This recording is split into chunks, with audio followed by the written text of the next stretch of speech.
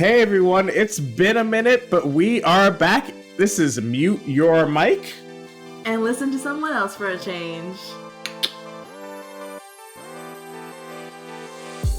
Always gotta have the finger guns. I'm your host, Amanda Stevens, who you just heard is our lesbian gremlin, Ginny. How are you doing today?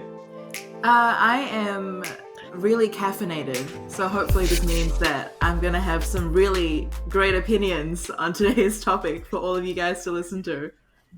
Yeah, because it's like, what, 6 a.m. for you? It's actually almost 9, but I've been awake for about 5 hours. So All right. So yeah, and we have a new co-host. Unfortunately, Frosk had to take some time for personal reasons and to deal with some stuff. So that doesn't mean that it's just me and Ginny, because I don't know how terrible that podcast would go. Instead, I have, she usually introduces me as friend of the show, so I guess I'll do the same thing. Friend of the show, Erin Ashley Simon of Cheddar, AT&T, Grassroots Podcast, some shit she does with Malik Forte. Like, she does everything. Erin, how are you doing today? I'm good. I'm like in that between space of feeling like I'm sane and not. And I'm just constantly drinking coffee, which is probably not a really good idea for me to do. But overall, I'm really good. And also, I think, like, you want me to tell my favorite color as well? Like, I like blue. Blue is my favorite color. All shades of blue. And I also like ice cream. nice. Yo, ice cream is dope. I'm lactose intolerant, and so ice cream is like... So everyone always is like, oh no. And like, I'm surprised that it's like people of color this time, because like white people love cheese. So whenever I say like I'm lactose intolerant, they're like, oh no, I don't think I could go without cheese. I'm like, this is why our species developed lactose intolerance, is because y'all like milk and cheese too much. But me, I don't really miss ice cream. And if I like need ice cream, I'll just eat it and deal with the consequences later. That's like the lactose intolerant life. It's not like being gluten free, where like you might actually like die from eating gluten. I'll just eat me some pizza. It's okay. I'll be fine. Maybe. Oh, I need ice cream in my life. Ice cream is like one of those comfort foods for me. So like I'll go like long periods without it. And then whenever I have that like immense urge where it's just like, I need to have it, like I get it. It's a quick fix for me. Yeah, I'm basically like borderline addicted to ice cream, but it's all right. Yo, what's your go-to ice cream? Oh shit! This is oh my controversial. Would it sound weird? Would it sound weird if I like ask you for like what occasion? Is that crazy for me to ask? No. This is how I know you're like a friend of the show, because I was just gonna say it really depends on where you're at. Like where you're at and what you're doing. Right, you're really, like PMSing. You're like PMSing. It's like that week. Like what's the ice cream you need? Oh, okay. Let me think about it. You asked for an occasion and I gave you a very specific one. Yeah, but also like when you're PMSing, it changes sometimes. Like for me, like what I like one time, like I may want cookie dough one day, and then I may want like Ben and Jerry's, and it'll be like brownies, cookie dough, vanilla, and chocolate. That just shows you how much of like that when I have like the flavors where it's like everything in it. That just shows you that like what kind of week I'm having, because that's just like I need every possible sweet in my ice cream to make me feel good. And then sometimes I'm like weird. I really like having marshmallows on ice cream too. Yeah, like the mini marshmallows, or like marshmallow like melted marshmallows, melted marshmallows. No. Or I'll take like these big marshmallows and I'll put them over the fire, and then as they get soft and like a little crunchy on the outside and soft on the inside, I'll actually eat ice cream with it. Yo, oh my skinny people are the biggest fat kids. Yo, like the skinnier the person I know, the bigger the fat kid they are. Like I'll have friends who I'll be like, yo, what did you get from, like, we'll like go like get fast food while we're like driving somewhere, and like it's always the skinny dude in the car that you're like, yo, what you get? And he's like, yo, I got a Crave case for myself. And you're like, wait, what? Yeah, but I got myself my own Crave case. And you're like, that's for like a family, dude. And he's like, yeah, but like, how do you think I stay this small? And I'm like, that's not how that works. If I eat a whole crave case, I get like a third neck. Oh my god. Yeah, I don't know. I love food. That's also why I live in New York City. Like, so much good food. My gosh. So, Ginny, your favorite ice cream right now while you're being a podcaster, since y'all need specific moments. Okay. You're getting ready for the podcast, you're hyping yourself up. What's the ice cream? Okay, if I'm like hyping myself up or like I'm about to do something and I'm like, okay, I need like a little bit of a hit. I like to eat like mint chocolate or coffee.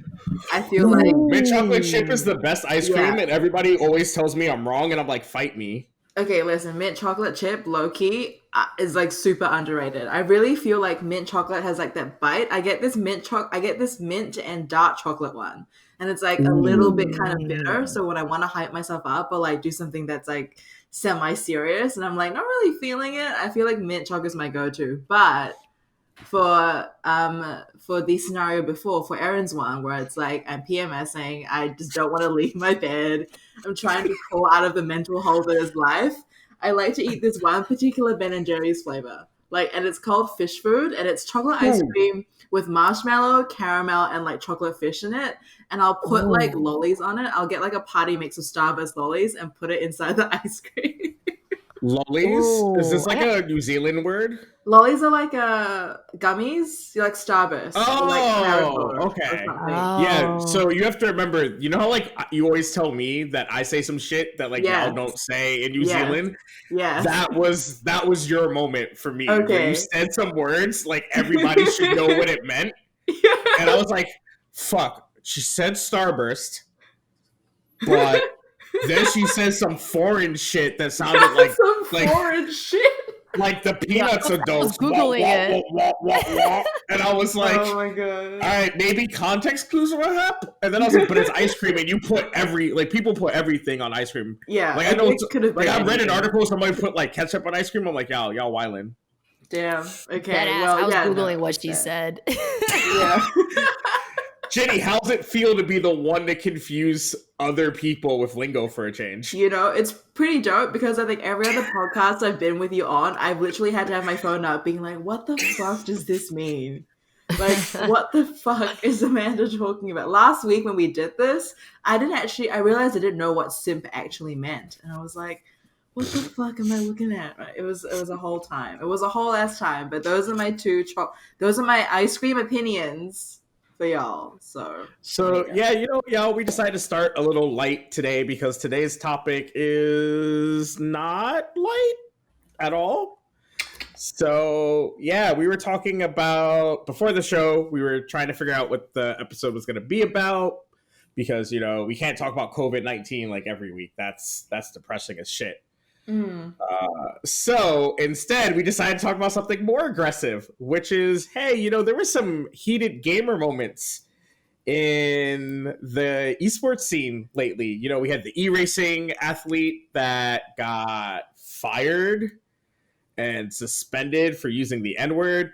And then in the FGC, we had a bunch of transphobic language going on by our dear, sweet, not lovable boy, Mr. Low Tier God, which then led to people digging through Ceroblast's Twitter to see if she uses the N-word, and apparently she did, and she apologized and got a 1-year suspension from a bunch of majors. And so I decided that, it might be a good time to talk about derogatory language. Not necessarily just in gaming, but just our own personal experiences with it. For those of you who don't know, I am Black and Caucasian, but I look Middle Eastern to a lot of people. So I get a broad spectrum of racial slurs. And then I'm queer and trans, which means I get another broad spectrum of slurs. Like, it's great. So, yeah. I don't know. Like, Ginny, I'm going to put you on the spot. Oh. Whoa. I thought it'd be, I'm not saying like, what was your first experience with derogatory language? Not necessarily in gaming, just like, do you have like a moment that you can like tune back to? Oh yeah. Oh yeah. Oh yeah. Whoo. Yeah. Okay. So for some context clues again, because Amanda just explained this. I'm Asian. Word.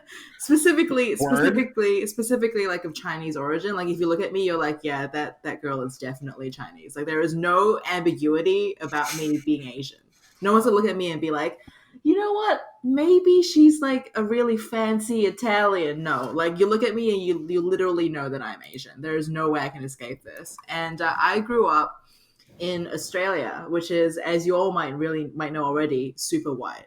Australia is just like probably 80% white people. There's a white supremacist party in Australia called One Nation, who want to make Australia white again.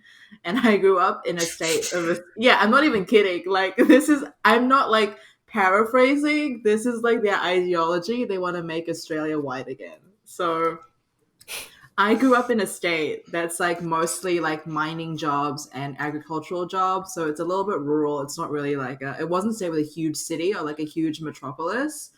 So where I grew up, I think maybe there were like 6 kids that weren't white that went to my primary school. Like I was pretty much definitely in the visible minority. And I remember when I was probably about like, I would say somewhere around 12 or 13 years old, like is when I started to really notice that people were actually being shit to me because I wasn't white. I had this girl in my class call me a chink because she got really mad at me. And it was the first time I'd heard that. And I was like, I don't know what that means, girl. Like, literally, listen, between you and me, that sounded like a loan word. I don't know what that means. Like, you were right. And apparently, she'd heard like her parents say it or something and say it about people that looked like me. And I was like, oh, wow, word. Like, that's really how y'all feel. But she couldn't articulate what was bad about it. And like like you know what I mean, it's like in that age when you're really young and people just say shit to you that they don't understand the meaning of, and they try and insult you like that. Like I copped a lot of that stuff when I was growing up just because I was in a town that was super ignorant, I think, in comparison to a lot of other towns in Australia. So I had like the chink stuff really early. I had like the go back to where you come from stuff really early, you know, like the ching chong, like your people eat dog kind of shit stuff really early in life as well, just because of the environment. And yeah, so that's probably when I really tuned into that stuff. And I was like, hey, y'all, maybe all these white people around me, maybe they just don't, maybe they haven't really got the best intentions. Wild fucking, you know, my brain just had like a galaxy brain moment. I was like, man, am I suffering racism? Holy shit, bitch. Like, that was me. So, there you go. That's that. That was me, 12 years old, being called racial slurs for someone that looks like they're Chinese. Oh yeah, and people like pulling their eyes back to make it look like mine. I got that a lot as well. Man, that's like a distinctly Asian slight. Like, yep. it's not. I don't feel like there's a lot of things you can like do to like a black person to like, unless like, except for like the super like obvious lowball of like making like monkey gestures. Right. But you would never know that, right? Like if you in that same scenario of like being a youth, like if somebody was like gesturing monkey, you would think like, oh, they're just being playful. But like if somebody like pulls their eyes back, you're just like, oh, yeah, that's how we're playing today. Yeah, like growing up with the playground, like, okay, bitch, you really want to pull that shit today? So, Erin.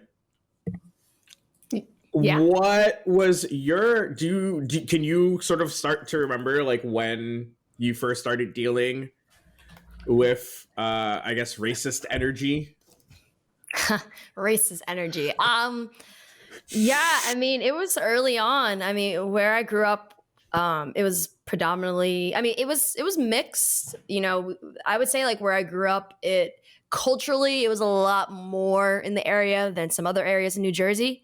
And so it wasn't, I guess in that aspect, it wasn't, I didn't deal with it too much when I was in school. But there were just like kind of undertone conversations in the sense that like people would ask me like, is your, and I wouldn't even say it was racist. It was just more so ignorance. Like they'll be like, okay, is your hair real and all this crazy stuff, right? Even to this day, I still get it, which I don't understand, considering the Karens of the world, they put in extensions and stuff. So I don't, slurs on this show, Erin. Erin, we don't use slurs like Karen on this show. The show is PG. All right. Oh, my bad. Okay, so Becky with the good hair. And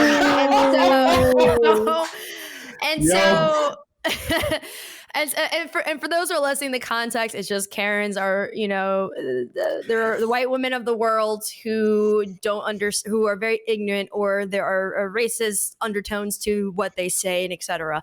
And so I've dealt with that a lot, and people ask me those questions. And then I felt like I dealt with it a lot when I was playing soccer. At that point, there were certain teams where literally they're from parts of New Jersey where, and this is the crazy thing. People don't know that New Jersey actually has a very predominant KKK group. And so, it's the same thing in upstate New York. People don't realize that the Northeast isn't as liberal as people think. It's just that the urban parts of the states, categorically suppress.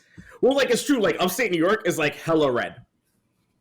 People have Confederate flags on their trucks because they don't know where they are geographically.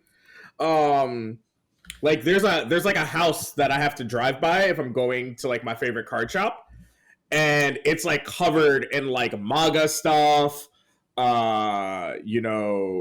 It has a Nazi flag. This guy tries to be the bigot of the year. He's hoping that there's an award and he's gonna get it.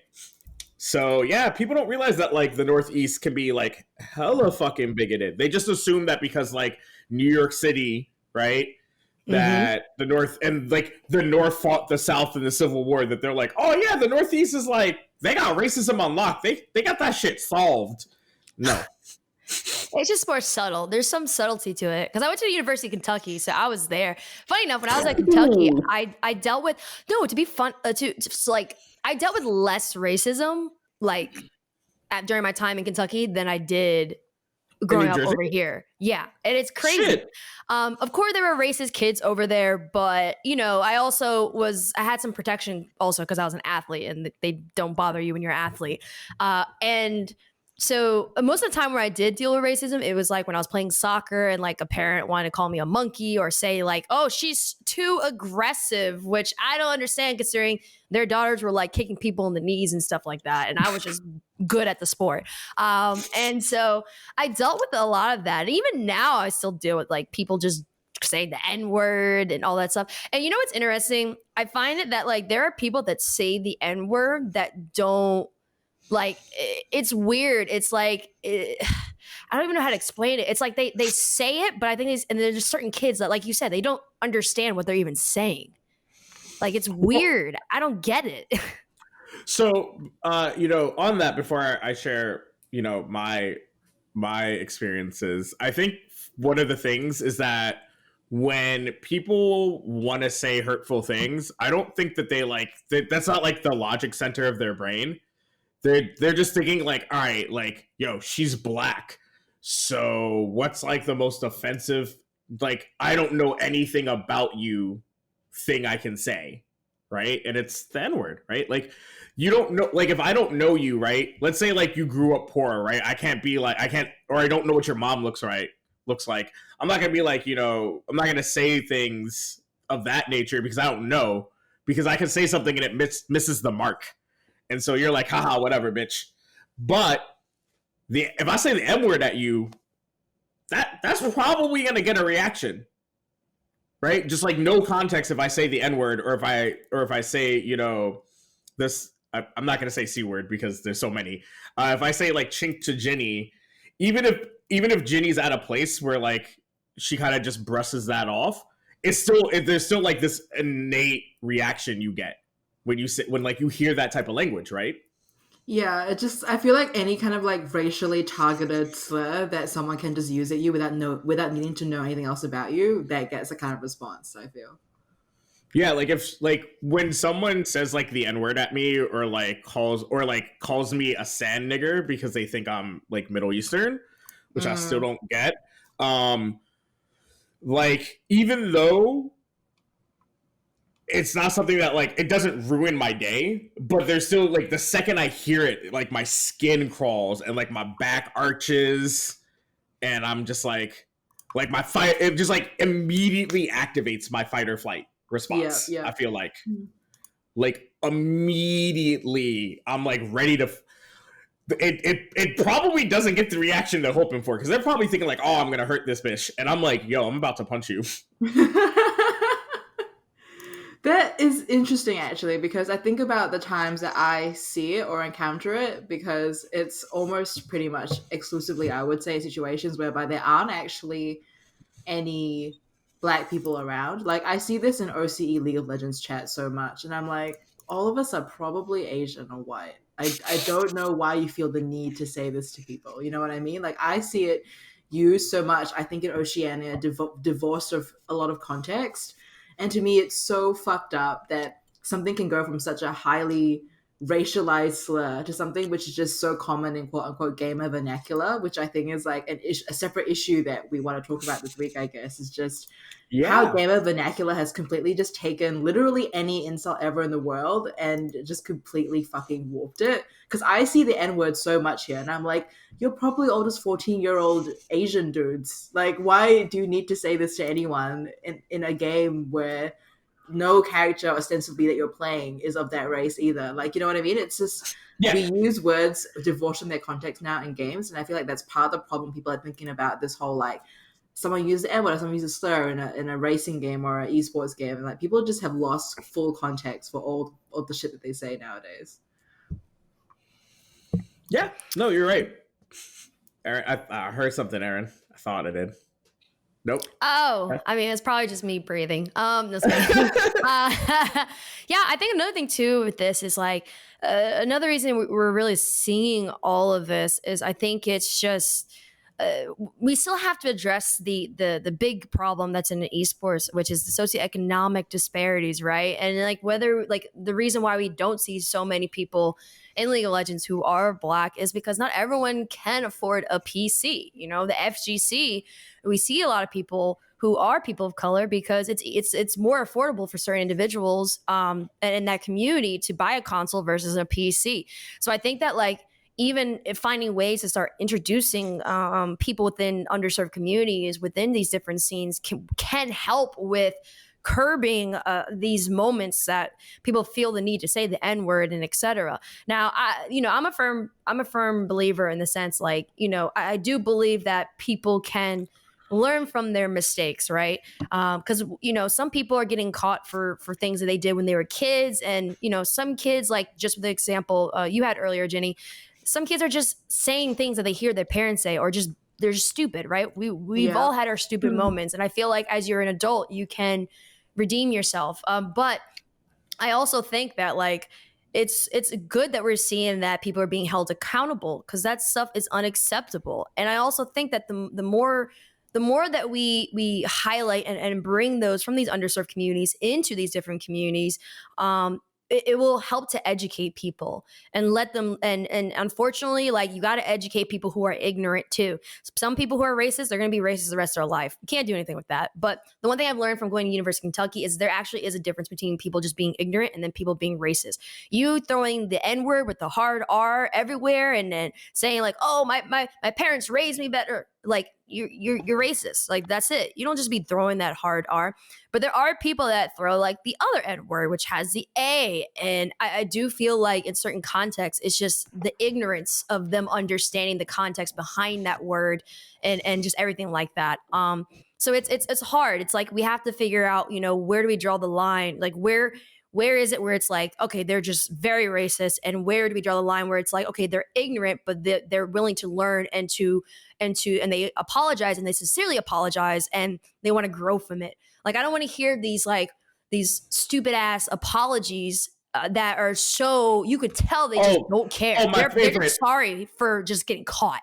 Yo, my favorite is when, so in CSGO, a commentator got caught, I guess it was like while he was streaming. Someone's going to tell me I'm wrong, but like, so Sadokist is like a pretty well-known former pro, is now a CSGO commentator. and he was one of the first people to kind of get caught saying the N-word. And when I say one of the first people, it was like one of the most like publicized ones. And his response was, you know, I never say this type of language. It's not in me to use hateful, derogatory slurs. And so there's a lost episode of Mute Your Mic where Frosk, Ginny, and I talked about this. And I said, you know, when I stub my toe, I don't like suddenly know the word for horsefucker in German. Like I don't just like pull words out of the aether. I say words that I know because that's how your brain works. So like if you don't use the N-word, you probably aren't going to use the N-word in like heated gamer moments, right? Like that's just not how your brain works. So the fact that you used it in this angry moment means that like this is a word that like is in your regular vernacular, at least to the extent that you know it's like a word that's hurtful. So you do use that language, right? Like like I said, you don't just like randomly pull words out of the nexus of life, right? Language is not like this omnipresent thing that we all know every word. And so like at some point we just use them because holy shit, like that guy fragged me twice in a row. Shit. I don't know. I don't play FPS games, so I'm just saying words that I've heard. But I feel like I have a different sort of relationship with derogatory language.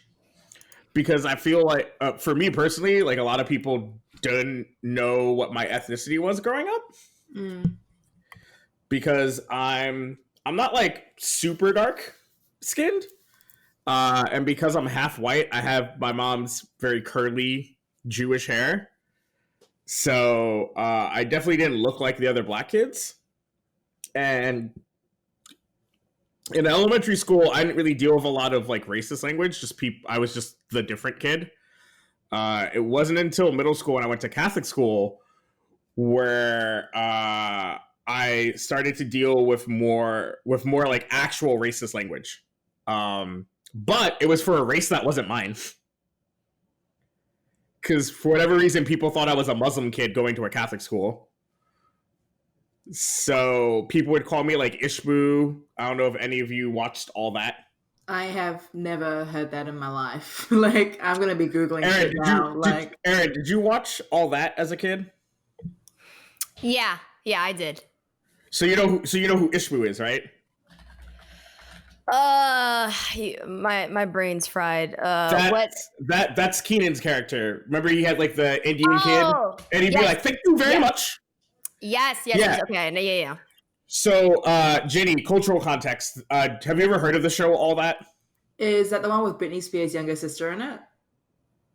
Is that? Okay, you know what? I'm unhelpful. Either way, I may have heard of a show called that. It was a sketch comedy show for kids, right? It's like it was a Nickelodeon's like kids version of like SNL. Oh, interesting. Okay, well, and maybe I've heard of it, it, theme song too. Not seeing it. And a fire theme song. Oh shit! Have you ever heard of Good Burger? Whoa, no, I think I know. I've heard the theme song because it was on like a TikTok or something. It's just like a bunch of kids singing All That, right? Yeah. Okay. Yeah.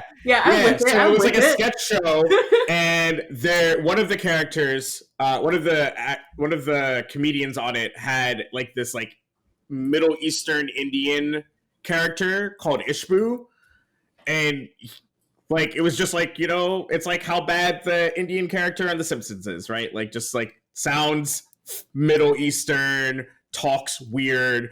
And so when you're a kid and you haven't heard any of the like words that people may use that are actually derogatory for a Middle Eastern person, you just call them like characters. So I would be called Apu, I would be called Ishbu. One time a kid hit me with a mop and then told me to practice cleaning the floors because that's what my dad does at the gas station. Ooh. God, I want to kill that kid. Not kill that kid. Sorry. Yo, I mean, that kid got something. That kid got something. That kid got something. We'll leave it at that. Yeah.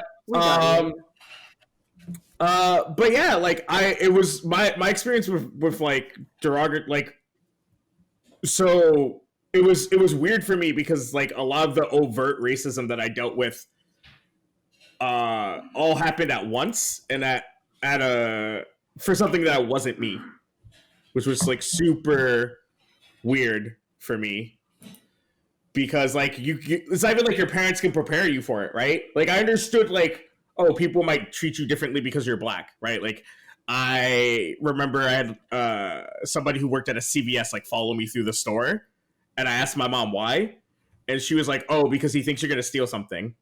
And I was like, wait, what? And he's like, yeah, he's making an assumption about you because you're black and young. And I was like 6, and I was like, I like my brain didn't understand it, so like I don't know if this is like something Asian families do, but I know a lot of black families that do this where they kind of have to have the race talk. Mm-hmm. Yeah. Where your parents like explain to you that people are going to treat you differently and these are the ways they're going to, and this is how you should handle it. And you should, and my family was always rise above, don't sink below. And that was all good until I got to middle school. And then I got into a lot of fights because I just like was dealing with a lot of stuff externally that didn't have anything to do with these kids. And then, but you know, these kids are hitting a pressure point. So maybe that's why my fight or flight response now kicks in when I hear like derogatory language. Yeah. Because I never had a period.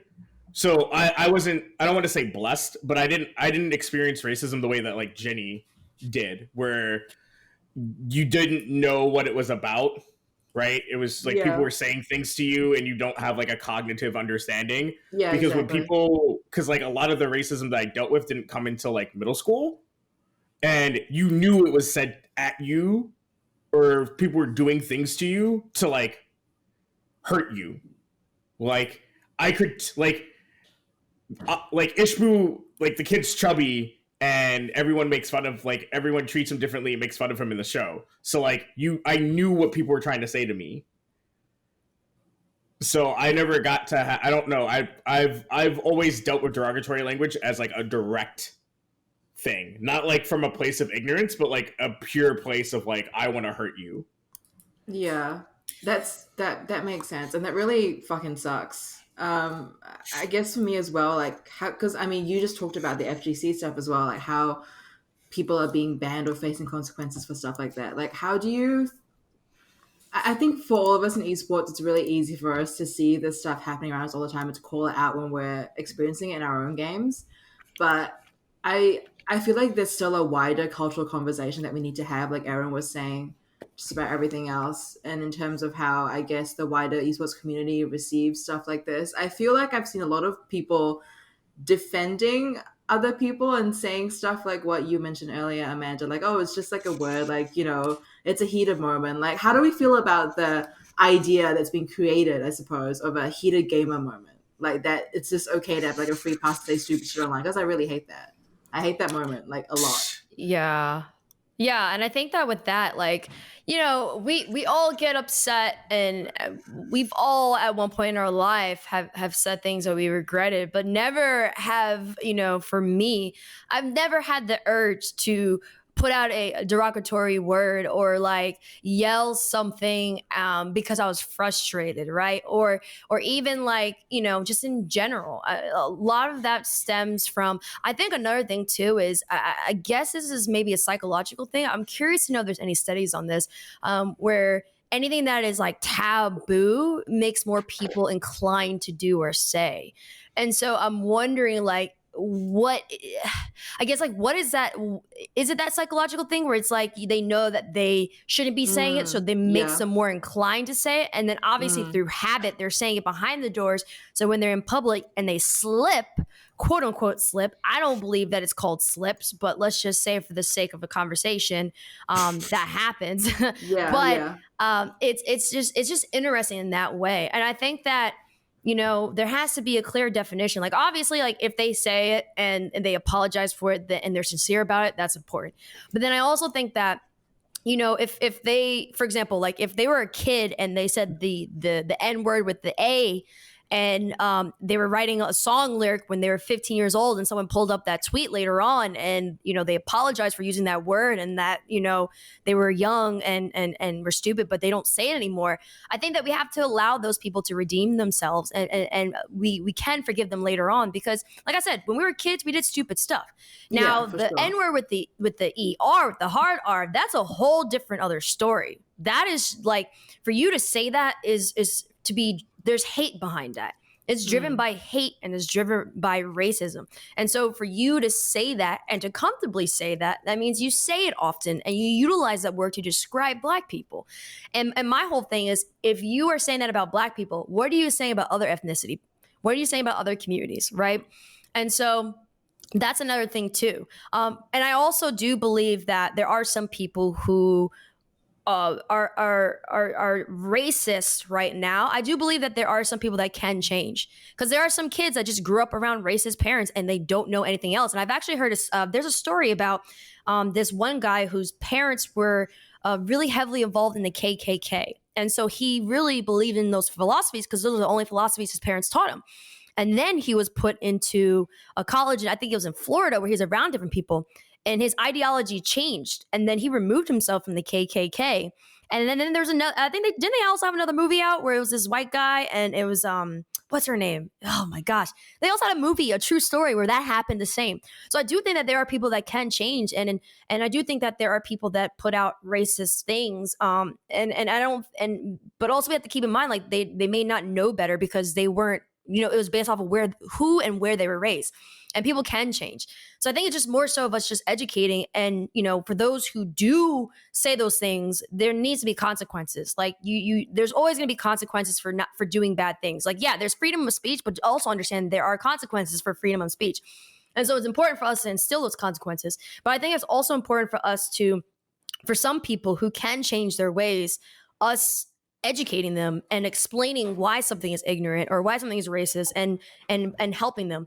And I think that that's just something that I've learned. Like at first, like when I was younger, I was like, oh, a racist person is a racist person. But then when I went to the University of Kentucky and I've just been around so many different people, I started to realize that there are individuals that can change, and they just grew up in an environment that didn't teach them anything else better. And so we have to figure out, you know, how can we identify that for the people that can change and the people who have changed, but, you know, had a tweet before, like how can they redeem themselves? How can we make sure that we create this uncomfortable environment? And for those who are just purely racist, how do we instill these punishments effectively and fairly? You know, even the top players who are very, very involved in the scene, they need to get punished as well. And just figure out, like, how do we best create this system where there is the educational point and there's the consequences point, so that we can make sure that no such thing continues to happen moving forward. So there's like that was a lot, and there was definitely some stuff that I wanted to say. So I think one of the things that no one said, and I'm just gonna say because I was already put in internet jail for saying it, is that sometimes it's just white people. Like, sorry, white folks, especially white males, straight white males. Y'all don't have a slur. Like, y'all can pretend that like cracker's offensive, but it's not. Same thing for like saying somebody's a saltine. You know, like there's not a lot of language that, like, especially at least in America, that white people have to deal with that's distinctly about them and is like culturally and long-standing hurtful. And any language that's like you can't, yes, there's like racist language for like Polish people, Italians, so on and so forth, but like you can't really just throw those words out there, right? Like, you only say that after you know somebody is a certain thing. And so you can't be like, well, there's like racist language for Polish people. It's like, all right, are you Polish? No. So why are you bringing it up? And so I think one of the problems that we have is that because a lot of the broader demographic of gamers, right, which tends to be white males, is they use words that they just know are like, when you throw in, like I said it earlier, when you throw an insult, you're just going for something that you think is like immediately offensive, right? So the F word, calling somebody the N word, you know, calling somebody the R word, or calling somebody autistic, right? Like, they know these words are hurtful, and so they're saying them, and then the people who receive them, even if they're not the R word, autistic, you know, gay, black, right? They know that a word that's supposed to be offensive is said in their direction, and so they respond with language, right, that they think is offensive. And that's, I think one of the things, like, sure, we can try to do a whole lot of education in the gaming community, and I agree, but I think that there's a huge disconnect in the sense that, like, these kids grow up not understanding why language is bad, right? And so they then feel like, all right, well, I heard that this word is bad. You know, I should never say the N word. My mom said I shouldn't say the N word, right? But I've heard it on a TV show, or I heard somebody else say it online. You know, I heard PewDiePie say it. And so they're like, oh, well, like, this word is bad. So that means that just like when I curse, it's the same thing. It's bad, but I'm not like going to go to jail for it. Or it's bad, but like there's no real consequence for it. And that's how it perpetuates in the gaming space, is that a lot of this language, people just, if it's not tied to you specifically, you just don't understand the weight of the word you're throwing, right? Mm-hmm. I agree. Yeah. I think that, go. Okay, well, I was just going to say that I agree with that. And I think that also makes me think about what you were saying, Erin, about what we should do to have experiences that can punish and also, I suppose, educate people going forward. Because I agree with Amanda in terms of what I've encountered as well personally. Like, every time I get personally like a racist slur when I'm playing a game online because of my accent or something, it's definitely... what's the word? I think all of us can tell from our experiences when someone's being genuine versus when they're not.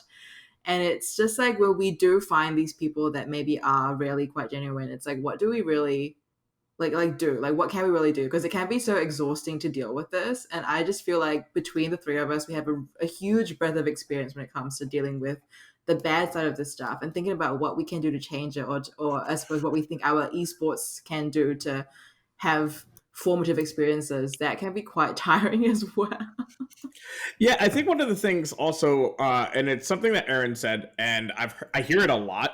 And this is, Erin, before I start saying this is not targeted at you. This is targeted at, like, I want to make sure that it doesn't come across as like I'm saying it to you specifically. I'm saying it to the ideology. It is very exhausting to educate people. And this comes up a lot when I call out trans language that I receive on the internet. People are like, well, oh, because now I just shut down fools. I'm not even going to engage with them. I either quote tweet them, or I screenshot, or I just retweet, just so that people can, because people will say like, oh, you don't really deal with X. And so people will be like, well, always somebody shows up and they're like, this was a moment that you could have educated somebody, and instead you decided to sink to their level. And it's like, all right, here's a great example. So for Trans Day Visibility, I shared 4 pictures of myself and, said some trans affirmative stuff. I don't really remember. That was a month ago, which feels like 3 years ago. And somebody came into my DMs and was like, you need help. And I was like, all right, I'm going to play this game. So I was like, you know what? I do. I just lost my job because of COVID-19. And, this put me in a really awkward financial situation. So if you could help me, you should support my Patreon. And this person started talking to me about, like, how they thought they were going to lose their job because of COVID, blah, blah, blah, blah. And, we're having a back and forth talk. And he was like, oh, you know what? I'm going to support your Patreon when I get a chance. And I was like, oh, man, thanks. And I was like, I was playing along because I knew where this was going. I was like, oh, man, I thought it was like, the energy that you came with, I thought this was going to be a different conversation. And he was like, oh. And I was like, yeah, people who say that to me, what they mean is that they're going to say something derogatory to me, right? Because I'm trans. And they're going to say I have like a mental illness. And he's like, wow, people do that? That's whack. And I was like, yeah, that happens. And then like half an hour later, he sent me one of the pictures I sent, and he said, yeah, he's like, but something's seriously wrong with you, and you should look into, he's like, you know, you're fucked up. And I was like, hey, look, it's what I thought was going to happen happened. Right? Like, the moral of the story is that, like, engaging with people on a one-to-one level, trying to explain to them like why you're not a problem and why you're not like a bane to existence is so exhausting, and you're rarely, if ever, going to get people who are racist or transphobic or homophobic to opt into an education format where you can change their mind. Like you're never going to be able to create like an anti-racism class where a bunch of racists are going to join. That's why, like, in diversity training, we call it preaching to the choir. Because any opt-in diversity training, 9 out of 10 times the people in your workshop are going to be people who like just want to make sure that they're doing the right stuff. And you'll maybe get one person who is like actively knows that what they do is bad, or somebody in the department told them that they should go. Yeah, I mean, just as someone who's and I did not take offense to it. I'm someone who believes that everyone should, you know, have a right to their opinions. But I think that like this is the thing that I think people misconstrue when it comes from learning, right? I think that when it comes to learning does not have to mean like you actively are telling them what they're doing wrong. Learning can be from them just experiencing you as a person, right? Because there are times where they may have an association to how and how Black people act, right? But them being around you and you being the, you know, of course there are times we're human beings, right? So if someone says the N-word or does crazy stuff, like it's going to get to us at some point, right? But I think that just for us to uphold ourselves and to be a certain way, and for me, I've always been someone who like, I try to take the peaceful route. You know, I'm someone who I'd rather take the peaceful route, but like, you know, if we got to pull the hands out when I was growing up, I definitely pulled the hands out occasionally. But for the most part, you know, them even just engaging with you can help to change them. And it doesn't necessarily mean that like, they're going to change overnight, right? Racism hasn't changed overnight, so those people won't change after night. But for consistent exposure and experience can change people, and it has changed people. And I also think that there isn't one way to fixing a problem. The same way that we've seen with you know, the civil rights movement. You had the Malcolm X, and then you had the Martin Luther King Jr., right? You had different ways of going about things, and there are times for certain solutions, and there's time for others. And I think that, you know, for some of us, you know, there are good times where you just, you know, there are times where I'll just ignore it, right? Because it's crazy to even say this, but yo, it could be tiring. It's tiring, period, to be a Black woman in America. It's tiring. There are times where I'm just I never knew. You know, but you know what? But some people, like you said, they don't know because they themselves aren't, and they don't understand. And so there are times where I'm like, you know what? Forget this, right? I'm not going to have a conversation. But I do believe that for me personally, like there are times where I will take the time to tell them, like, you shouldn't ask that question. You shouldn't do this. Because like I went to school with kids who have never met a Black person in their lives and only met them once they went to college. So all they know is what they saw on TV and what their parents told them. And so with that, you know, I didn't mind taking the time to speak to them about certain things. Like they had questions and it would come across as ignorant and it could seem offensive to certain people, or it could have been offensive, period. But I didn't mind taking that time. And I think that it's important that we have these different routes of solutions, because racism and social issues are so complex that we can't just hit it from one side. It has to be from multiple sides. It's just a matter of us individually and collectively figuring out which side are we going to hit it from first, which solution path are we going to try first. So I'm going to be honest, and I'm going to kick it to Ginny, because, you know, trying to make sure everybody has mic time, has some mic time. But I think I do agree with you that like it's not like an overnight fix. It's just that as I guess we just have like different viewpoints, which is fine. Because I just the same people who like there are times where I get transphobic stuff and it's the same person, right? Like they just hate follow you, right? So my thought is that I very rarely get I guess the long and the short is that in my personal experience, because you don't want to speak sweepingly, is that I have dealt with more people that are ride or die bigots than people who are like, yo, I thought one way about trans folks, but then I met you. What I have had is people be like, yo, because you're out and proud as a trans person, it made me realize that I was trans. And that's super dope. But I've very rarely, and by very rarely, I think I've only had 2 interactions in my 18 years of being out as trans where someone has been like, yo, I thought this way about trans folks. And then like through the stuff you do and the things you talk about, you really like changed my mind. So I personally, I'm just never about, I don't know. I just don't have the same thoughts about education. I do think that education is important, and I do think that there's ways to go about it.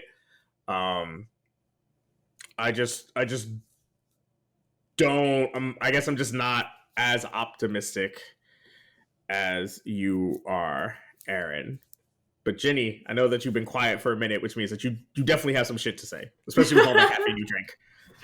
Well, I mean, I think for me, it's important to just differentiate between, I think, the way that I've experienced it, because obviously I don't live in America. So we have a very different sort of racially charged atmosphere in Oceania, where I'm actually from. So I think just because of that, I have very different experiences from the both of you when it comes to dealing with racism and dealing with shitty language. For me, a lot of the time, I get language about my sexual orientation. So I don't really get called like a chink so much in esports, I guess, because there's so many fucking Asian people in esports, and people are just like, we just don't want to. Ginny? Hello. Hello? Ginny, we lost you. Oh, there you go. Oh, whoa, that was weird. Where did I cut out? I just. You said there's you don't deal with the word chink so much because okay, yeah, in esports there's so many Asians. Yes, well, that is what I said and what I meant. So yeah, I'm just saying that like. Listen, I'm saying from my perspective, I don't get a lot of racialized slurs about being Asian now. I think because there are a lot of people who are Asian in esports, and I think maybe that's kind of gone out of vogue a little bit in terms of an insult to use. But I do get lots of insults about my sexuality. So like I get called a dyke a lot. People will use the F word a lot on me, which is weird because I'm like, I'm not a gay man, but go off, king, I guess. Say whatever you want. Like I get, I just get a lot of random queer slurs used against me that are probably not even to do with my actual sexuality. Like just the whole spectrum of words. Like the F word is one that I get a lot, and I'm just like, man, could you decide? Like you just called me a woman 2 seconds ago and said get back in the kitchen. Like, am I a woman or a gay man? Like you gonna make this one up? Like let's just have a little sit down here. Let's just think about this one, okay? You and me. And I find that for me, because again, unlike you, Amanda, I don't do, I guess, diversity training, or I don't have an outward outlet to help educate people about this stuff. And I don't participate, I guess, in these sort of initiatives independently, apart from when I used to work for a nonprofit. So I think for me, when I encounter this stuff personally, I just like to confront people about it. Like my example just now, when some guy's like, oh, are you a woman or are you an F word? I'm like, well, I don't know. Make up your mind, mate. Like, which one is it? Like, I'll just literally just put my push to talk back on and be like, okay, listen, mate. So you called me a woman, want me to make you a sandwich, and now I'm a gay man who loves anal. I don't know, buddy. Can you just sort this one out? Because it's really getting quite exhausting to deal with. And I just feel like the minute I start answering back, the man just like, oh, fuck. Oh, no. Like, shit, I gotta come up with some smart shit to say now. And I'll be like, yeah, by the way, I'm streaming.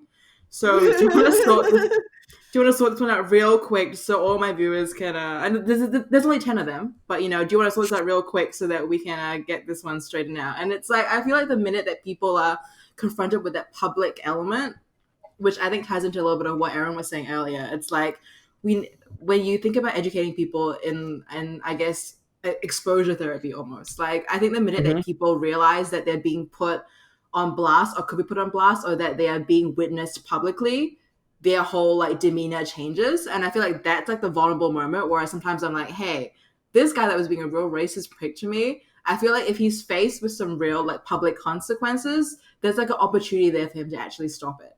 And like maybe he won't ever see me as human. And you know what? Some people are like that. They're just shit.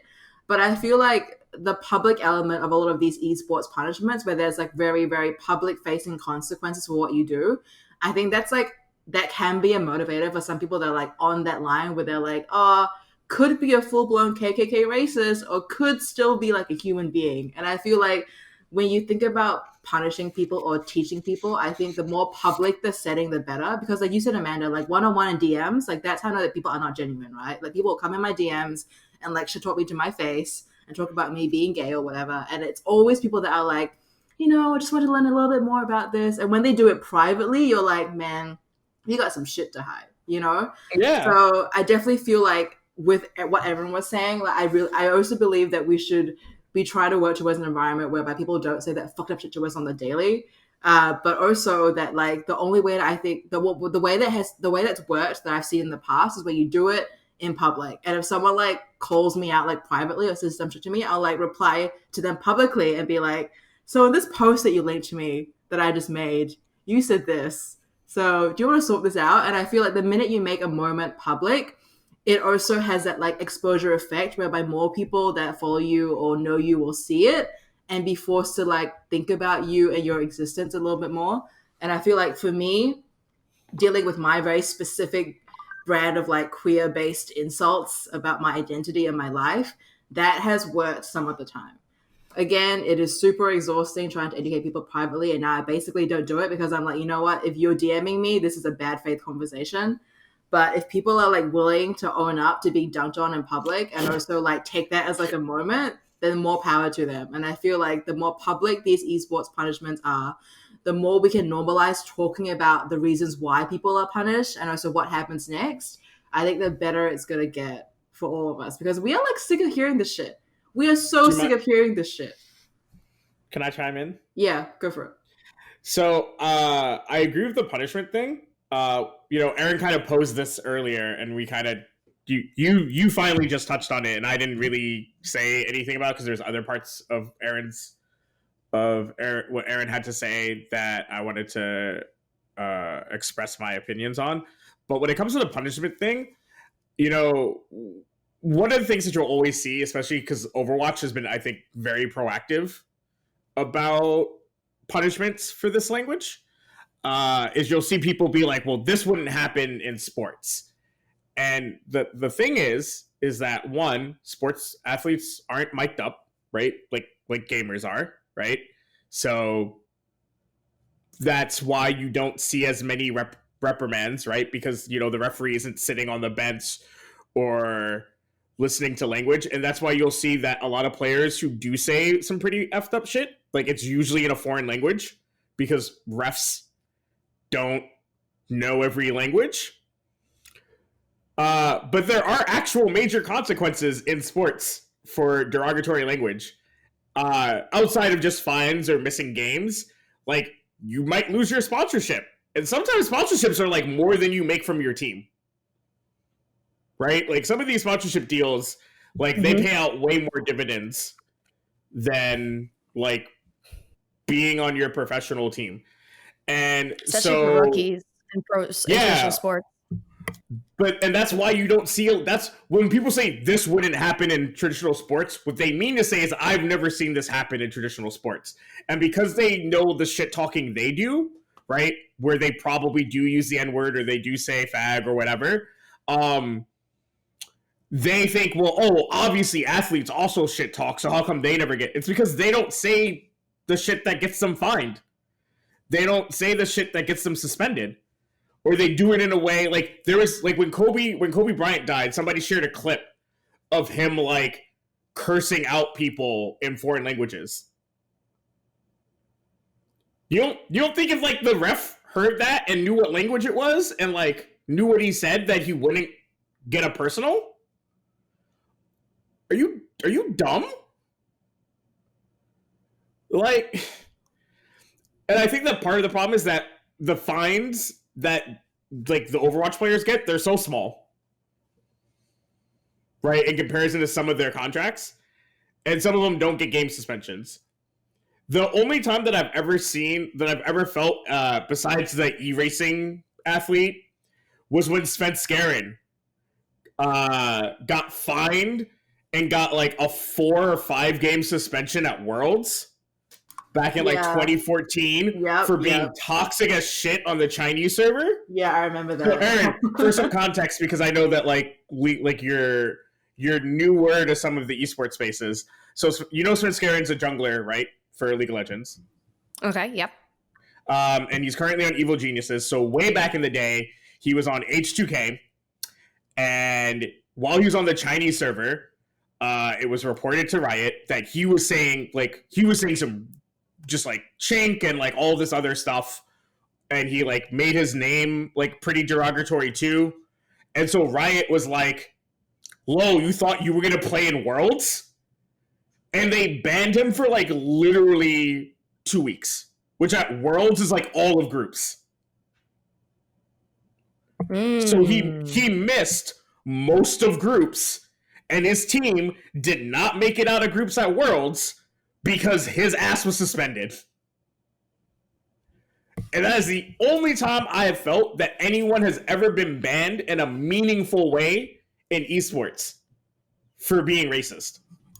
What about the FGC stuff now, though? I guess in comparison, because they're in fairness, for like having a low tier god, like that's an anomaly, and also like low tier god has been a fucking shit for like his entire career. Like that's him. Like he's a scrubby, shitty individual who is popular because that's his MO, right? It's like why people like shitty people. I don't know why. I'm not really into it, right? It's like why people watch Trick2G, right? You want to watch somebody like talk shit the whole time. And this was kind of the like straw that broke the camel's back, because what he said about Cero was like super graphic. And basically because he has shitlord followers, they're like, well, oh, LTG gets lifetime ban because he says some transphobic shit. Well, trans people aren't people, so you know, let's peel back the curtain. And so they started like mining people's Twitter's accounts for if they said the N-word. And so like there are a bunch of FGC people who have said like who aren't black who have said the N-word with the A. And you know, it's always in tweets that are like interpersonal tweets, right? Like somebody pulled up a James Chen tweet where he was talking to Chris Matrix, right? And so the reason I hate like data mining people's Twitters is because like for some people, Twitter's just how they talk to people, right? For the longest time, I talked to Ginny just through tweets.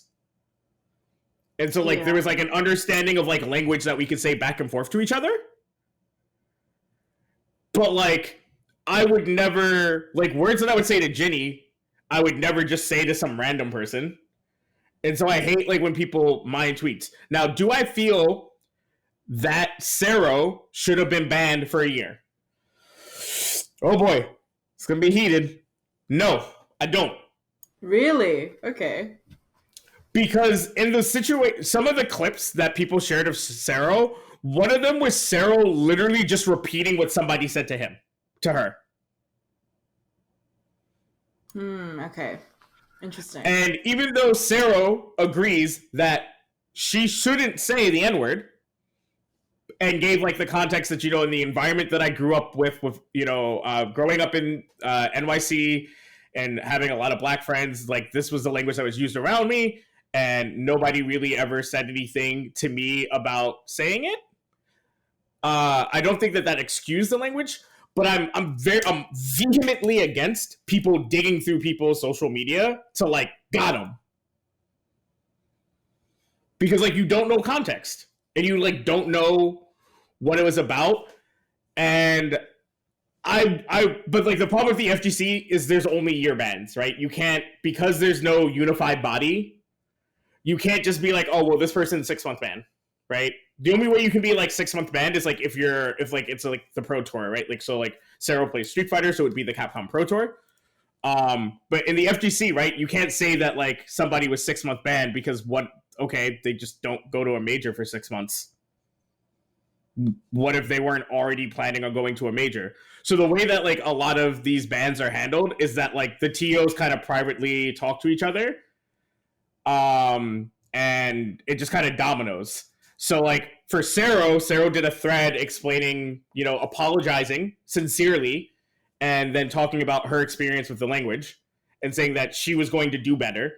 And then it started with Rick the Hado from Combo Breaker saying that, he recognized that Cero was giving a heartfelt apology, but asked Cero to not that she wasn't welcomed at Combo Breaker in 2021.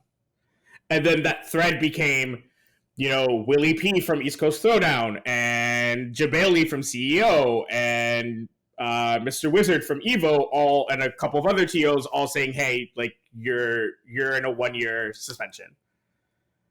And I just think I just hate that because you're not genuinely, I don't feel like it's super genuine.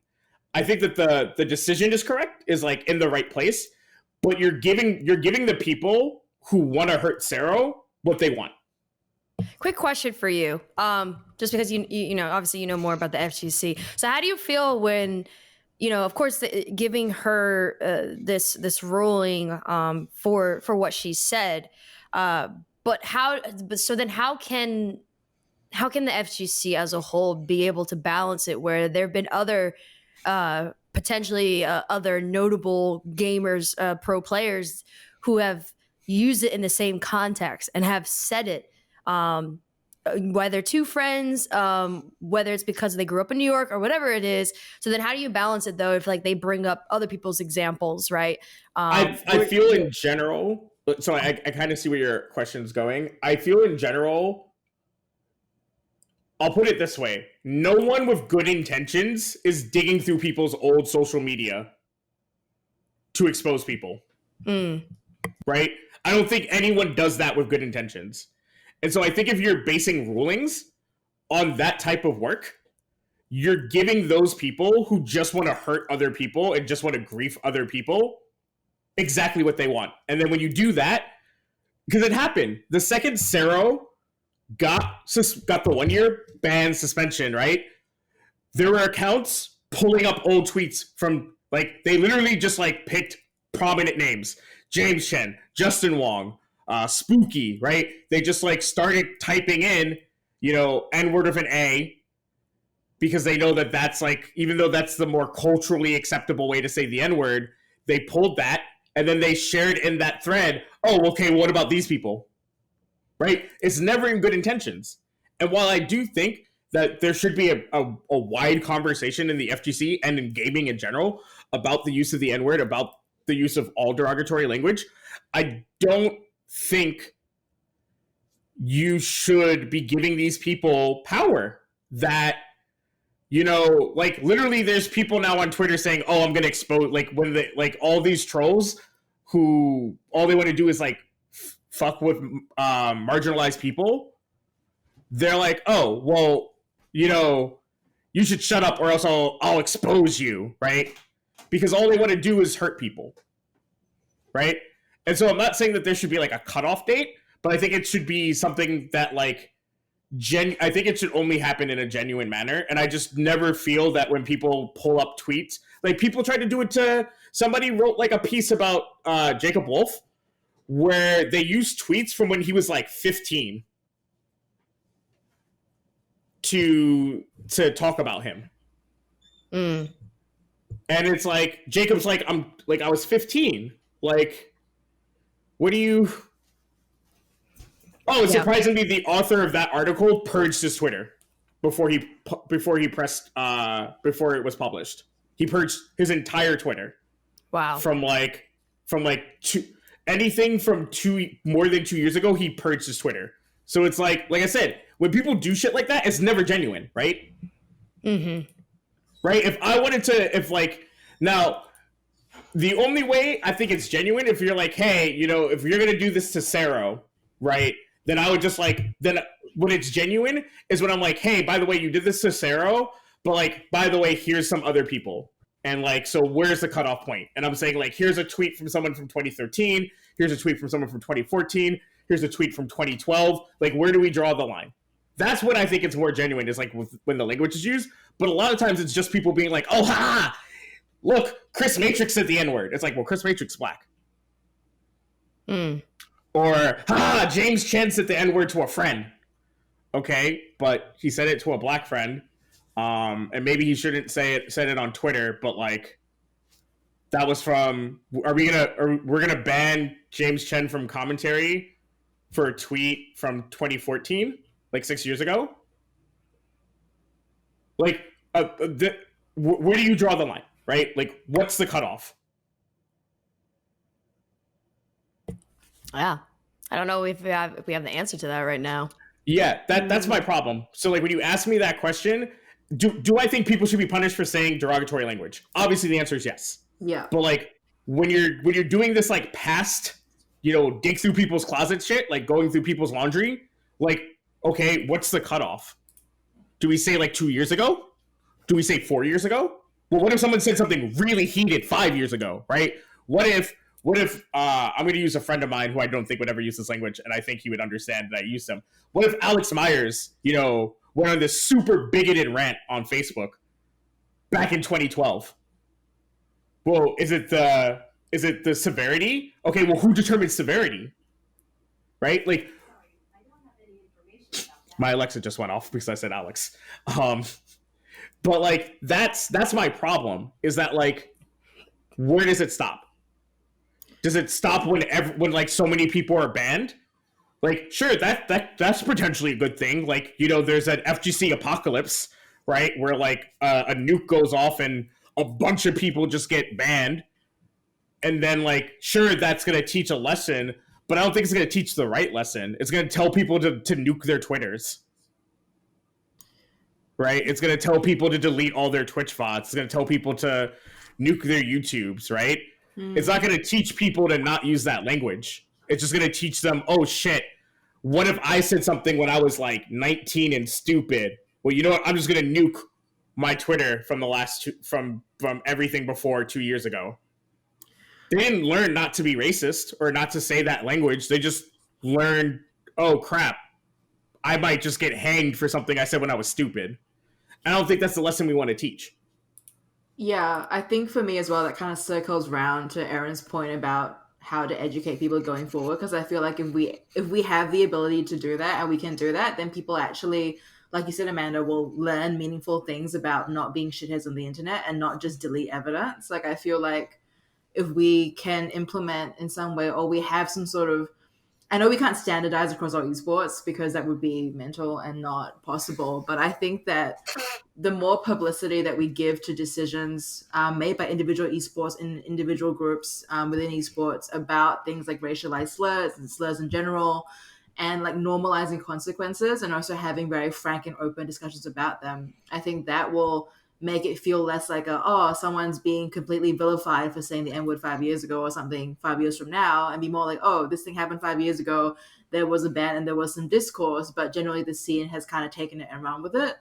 So I think looking forward, obviously it's very easy to say that looking forward we should do this, but I definitely feel like from listening to the both of your individual experiences in your respective scenes and stuff, I think that it definitely is something that we need to tackle as a community. And I think having these opportunities for discourse around these issues and having people that can participate where it's possible is really important. So obviously no one's got the patience to teach someone not to be a racist shithole. That's just impossible. But I think if we have the capacity to engage in discourse with people around this who might be on the fence about why something is valid or not as a punishment, and I think now when we have more publicity around these decisions, now is a really good time to do it so that we don't have in 5 years a gotcha moment about this FGC player saying the N-word, because we've had the community talk, we've peeled the Band-Aid off, we've had the insane reactions to stuff, and we've kind of moved on as a group. So I think now, especially in like a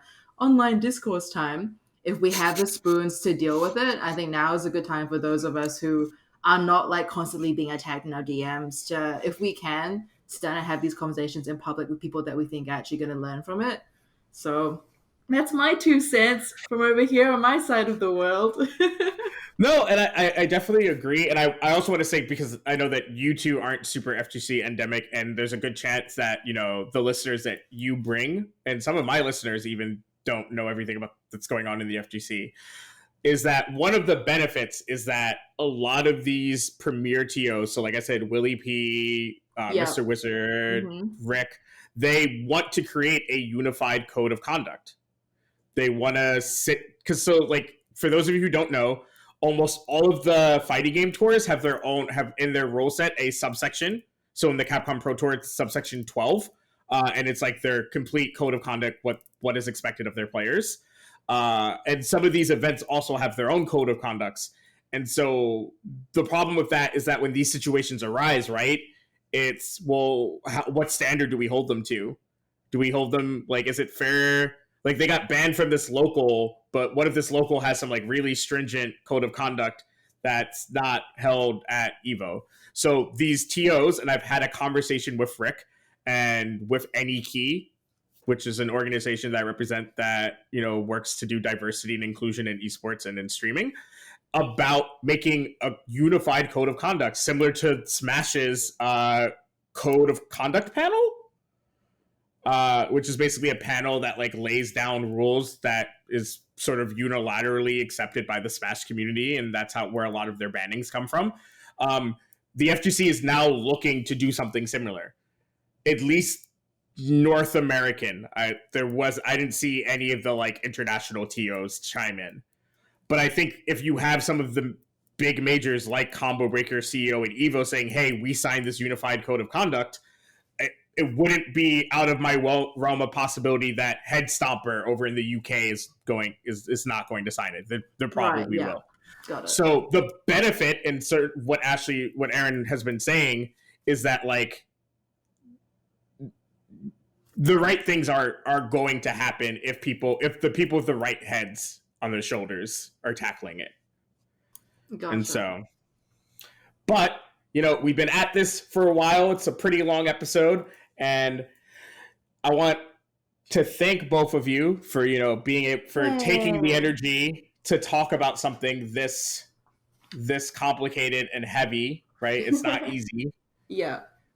And I'm proud that none of us had a heated gamer moment. You know, none of us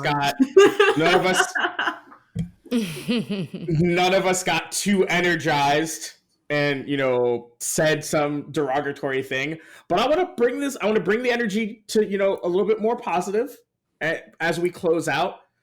Hey, Erin, what is something that is super dope going on in your life right now? Man, I'm trying to think of what I can say and what I can't say. I don't want my agents getting mad at you? Yeah. Yo, I don't want an email from your agent being like, Amanda. Okay, so what I can say, is I've been contacted by a few companies, and I have an opportunity to not only do something really cool, but also utilize that relationship to help to give back to underserved communities and also people of color. I specifically said to those companies that if they want to work with me, then they have to help these underserved communities, people of color, and low income areas. So they said that they were down and they're willing to help. So not only are we going to work on some really cool content, but more importantly, help people. So when I'm allowed to announce these things, then I will announce them. But that's pretty much just the overarching thing around the work that I'll be doing with these companies. What's a cool thing happening for Erin, the girl living in New Jersey right now? Not Erin Ashley Simon.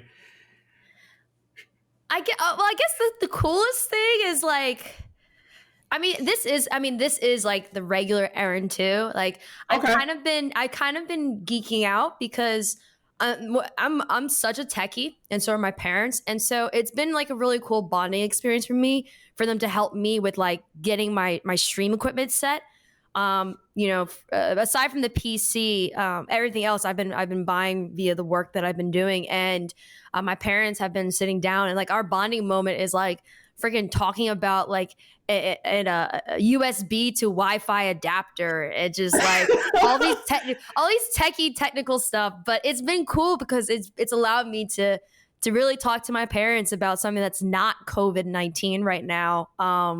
And really bond with them more over that. So that's been a really, really cool experience. My parents have always been super supportive of everything that I do, but it was just really cool to just like even for a second, just like remove ourselves from discussing like what's happening with COVID and health stuff and family members who are affected, and really just have that bonding moment. That's super dope. See, positivity, folks. Ginny, what's something super dope going on in your life right now?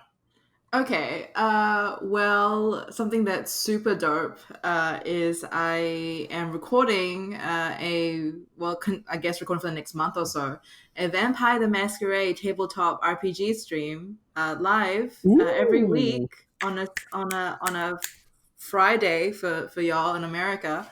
No, it's great. Get to role play a vampire with a bunch of other cool people who love the Vampire the Masquerade series, and it's been fun like dressing up, hanging out with people, and really just doing stuff that isn't COVID-19 related as well. So like it's been really good to escape to a modern campaign set in 2019 in Australia before COVID. Like I'm just saying, I'm really happy that we're playing in a world without COVID. So it's pretty good. It's pretty great. What clan are you? Oh, I'm Tremere. Oh, yeah, I'm about it. So do you want to know my experience with Vampire? Yes, tell me. Do you know that there used to be a card game? Yes, I did know that. Do you know what the original name of that card game was? No. And you'll know why they changed it? It used to be called Jihad. Ooh. So it used to be called Jihad, and my brother used to be into all things vampire. Damn. Like my older brother Adam used to be like super into anything vampires. Hell Buffy, yeah. Blade, like he didn't play the game, he just collected the cards because he was so into it. And so that's the only reason why I know about the different clans. Damn. Okay, I don't want to pass myself off as like some like Vampire the Masquerade like expert, but I was like, ooh, I know a word. And I know what the different clans are. So I can feel a part of this. Yes. Well, you should definitely tune in if you feel like you want to keep being a part of this. So it is just gonna plug this real quick. It'll be in the show notes, folks. Yeah, it'll be in the show notes. And I'll make sure to link the VOD or something in the show notes. You guys can look at me role-playing a vampire. That's what I do on weekends now. That's my thing. I'm loving it. What about you, Amanda? What's a really dope thing that's happening in your life right now? So, not content related because like that's all consuming and I don't know, I'm doing so many different shows. I'm trying to think. I'm making my living situation more dope. So I've undertaken this like small project of like slowly straightening up all of my spaces, putting up decorations that I've been sitting on for a while. So like some of you saw, I made like a little video about like what my office looks like the comic books that I have framed. Like I've had the frames for them and the comic books for like months. And I'm like, you know what? I should frame these and actually put them up. You know what?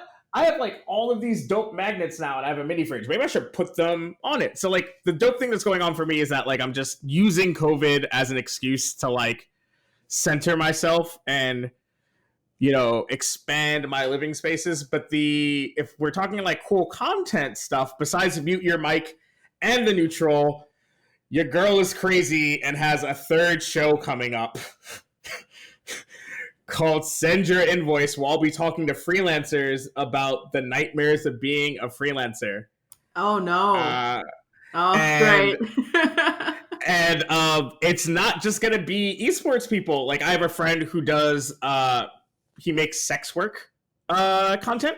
So he makes like audio, he does audio erotica. And, so we're going to be talking about that stuff. I have some friends in the more traditional freelancing space that want to be on the show. But, I'm also going to have, like, Frankie West on. So it's going to be really cool if you don't just show up because, like, you like the guest. If you actually listen to every episode, you're going to go on a roller coaster of a ride of the wild world of freelancing. And I'm really excited because, I've done preliminary conversations with, like, people who are going to be guests. And some of the stories, y'all, they're great.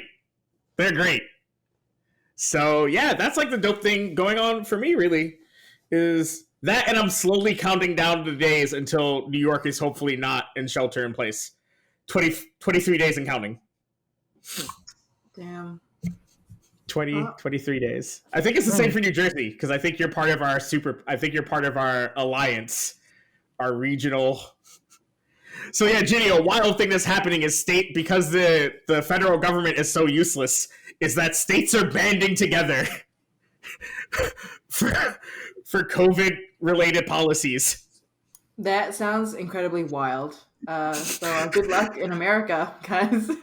so like the West Coast is an alliance, like New York, New Jersey, Massachusetts, Connecticut, and I forget who else are an alliance. I think it's like Pennsylvania, and they all have names too. It's you know when you play like a video game and it's like in the future, it's not New York anymore. It's this. That's how it feels. Or like when you watch an anime, and they can't call something America. So that's the world I feel like I'm in right now. I feel like I'm in an anime. Yeah, this is y'all on some Mad Max shit right there in America. It's scary, yo. But yeah, those are the cool shit. You can find me, everybody. The show's about to end. You can find me on the internet at Amanda T. N. Stevens. That is my Twitter. You can find me on the rest of the internet at Sagenosis, SAGEGNOSIS. Ginny, where can they find you on the internet? Cool. You can find me at Ginny Woes. That's GINNYWOES. Pretty much everywhere. So go digging. I'm on Twitter a lot, and I say some of the worst stuff you've ever seen. So check that out if you're keen. And that's also her Twitch. Yeah, it is. Also, where I say the worst shit that you might have seen. Also, check that out if you're keen. That's almost as bad as what I said before the show. Yeah, a little bit. Erin, You're definitely better at me than this. You have everything under one unified brand. Where can people find the Erin Ashley Simon on the internet? Oh man, the woman with the 3 first names. You can find me. You can find me on every social media platform. It's either Erin A Simon, ERIN as in Nancy, ASIM as in mother, ON as in Nancy. Or you can just type out Erin Ashley Simon, which kind of helps because if I went as Erin Simon, you would never find me. So that's why I go by my full name. Yeah. Real talk. I think I brought this up last episode. One of the reasons why I didn't want to use my name as my professional handle is, you know how many white women are named Amanda Stevens? I think I have an idea. There's so many different people, Erin Simon. I typed in Amanda Stevens once into Google, in college, when people were when I was trying to figure out because I had a class where it's you got to have unified branding and SEO and shit. So I was all right, cool, Amanda Stevens. And it was a white woman author, a white track athlete, a B-tier white female tennis player, and they're all mildly famous. And I was well, fuck. I'm definitely not not that I don't want to think that I'll ever get famous, but I'm definitely not catching up to these people. So that's why one of the reasons why I used to use Sagenosis, but now I use my middle initials because I have 2 of them. But yeah, so Ginny, do you have that problem? I know, sidetracks because we're really bad at ending the show. When you type in your name, my name, you compete. When I type my name in online, I get I think someone that shares my name is a famous chef or something. Or someone. Yo, but that's dope. I mean, like, it's dope, but she's like 50,000 followers, and I'm like, yeah. She's also Asian. I'm like, yeah, no. So I go by Ginny Wars, which is much easier. So, you know, this is how it be sometimes. But yeah, we are really gonna wrap the show though on a serious note, because it's been like a 10-minute rejoinder. But thank you for listening this week. It's been really great, and also it's been really great to record again. And we've had a cast change, but hope that you still love it and still enjoy it. And remember to mute your mic. And listen to somebody else for a change. Yeah, we did it.